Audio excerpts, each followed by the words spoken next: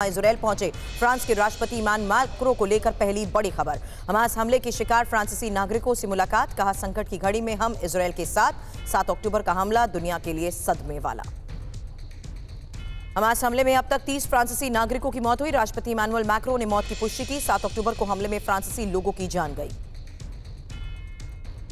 Israel के राष्ट्रपति से मिलेंगे इमानुएल मैक्रों, बोले बिना भेदभाव सभी बंधकों की रिहाई होनी चाहिए। इजरायली राष्ट्रपति ने कहा, अगर हिजबुल्लाह ने हमारे खिलाफ शुरू की लड़ाई तो लेबनान को चुकानी पड़ेगी बड़ी कीमत।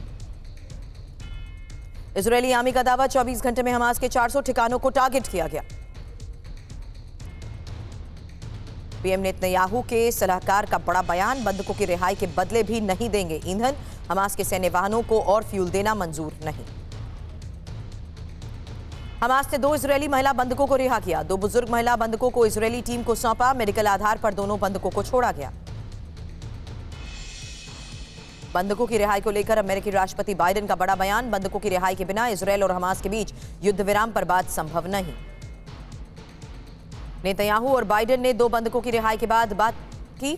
विदेशी बंधकों की रिहाई को लेकर बात हुई।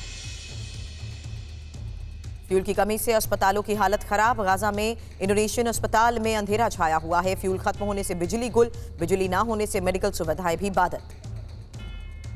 गाजा में मोबाइल टॉर्च की रोशनी में घायलों का हो रहा है इलाज। अस्पतालों के पास नहीं बचा जनरेटर के लिए ईंधन। गाजा बॉर्डर पर इजरायली टैंक की तैनाती भी बढ़ी। इजरायल की गाजा पर बड़े हमले की तैयारी। वेस्ट बैंक में इजरायल का बड़ा ऑपरेशन। वेस्ट बैंक में पिछले 15 साल में सबसे ज्यादा मौत।